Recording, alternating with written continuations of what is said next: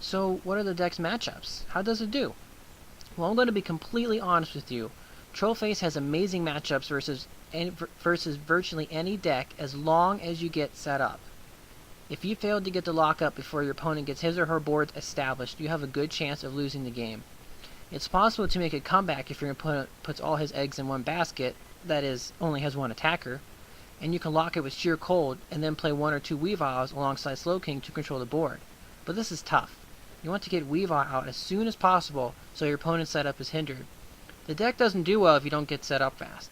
You also have to have a strong idea of how other decks are played so you know what to discard and how to rearrange the top 3 of your opponent's deck with Slowking.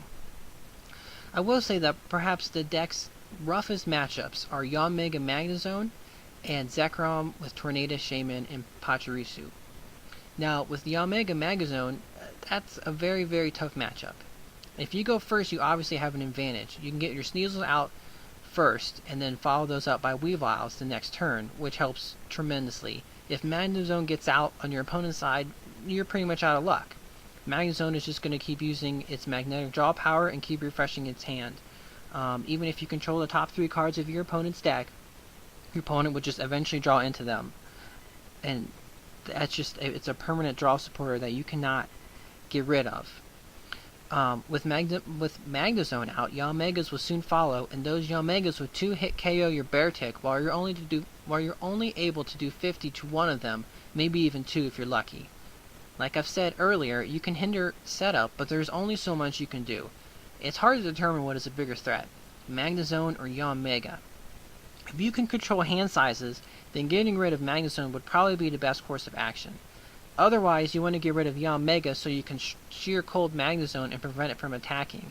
Now, this would enable your opponent to abuse its magnetic draw ability, but Magnezone is going to have to discard 3 energy to knock out Beartic. And if a Beartic just hits Magnezone with a sheer cold, Magnezone is going to be unable to retreat due to its 3 retreat costs, and you will be preventing your opponent from getting the switch card. So it's going to be stuck active, and there's only so much they can do. The odds are they will deck. But like I said, if you can go first, you have a huge advantage. But it all depends on what you draw and what you discard with Weavile. Now Zekrom could probably be a tougher matchup than Yanmega and Magnezone because Zekrom is so fast. If they go first, whatever Pokemon you start with is probably going to be KO'd. And if they start with Zekrom, then you're in trouble. There's really not a lot you can do if they go first, considering they'll have 2 turns to get plus powers and catchers to KO your Cubchews and eventually your Beartics.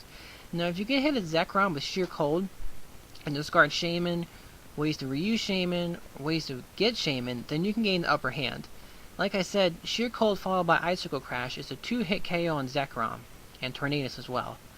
Try to KO the Pokemon with energy and you should be okay. Going first is absolutely crucial in this matchup. If they go first and they can't get the Donk, then you have a much better chance of controlling the game. Judge helps in this matchup if you play it as well. Judge followed by an Eek is kind of like Lass from the base set, followed by Eek from the Neo Genesis Cleffa from back in the day. It's a very disruptive way to set up. It's a very disruptive way for you to set up, and for your opponent not to be able to set up. Other decks to look out for would be the Typhlosion, well, pretty much any decks that run Typhlosion or Emboar. Due to Beartic being a water-type Pokemon, you shouldn't have too much trouble with decks that use, well, Typhlosion and Emboar. You have to watch out for Ninetales though, as they can keep nabbing 3 cards a turn due to Roast Reveal. But Beartic can one-shot everything in these decks with Icicle Crash, and with 130 hit points, the only Pokemon that can knock it out would be the Bad Boar, or the non-Inferno Fandango Emboar, since you would not be giving your opponent plus powers for the Reshiram's ability to Blue Flare for 130 damage. This also brings us to Stage 1 decks. Stage 1s can be tough, especially the Yanmega Weavile variants.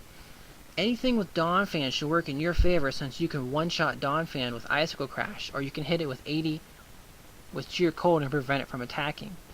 Whoever is faster will be the key winner here in this matchup, I believe. A fast Donphan will still wreck the deck as well as a turn 2 Yanmega. If you can get set up with a Beartic and a few Weaviles on the bench, then you should have the game locked down. Beartic's 130 hit points will help you out a lot in this matchup. Just the one thing to look out for would be if your opponent also plays Weavile, that could disrupt your setup as well. And in a nutshell, that is my Trollface deck. It's a deck I've been using, and it's a deck I hope to take to a couple tournaments before Noble Victories is released. And by then I'm probably going to play something with the new Haxorus. It looks pretty fun. So, well, I think this will do it for my first deck analysis. I hope you enjoyed it, and I hope to do more of these in the future. And thank you for watching.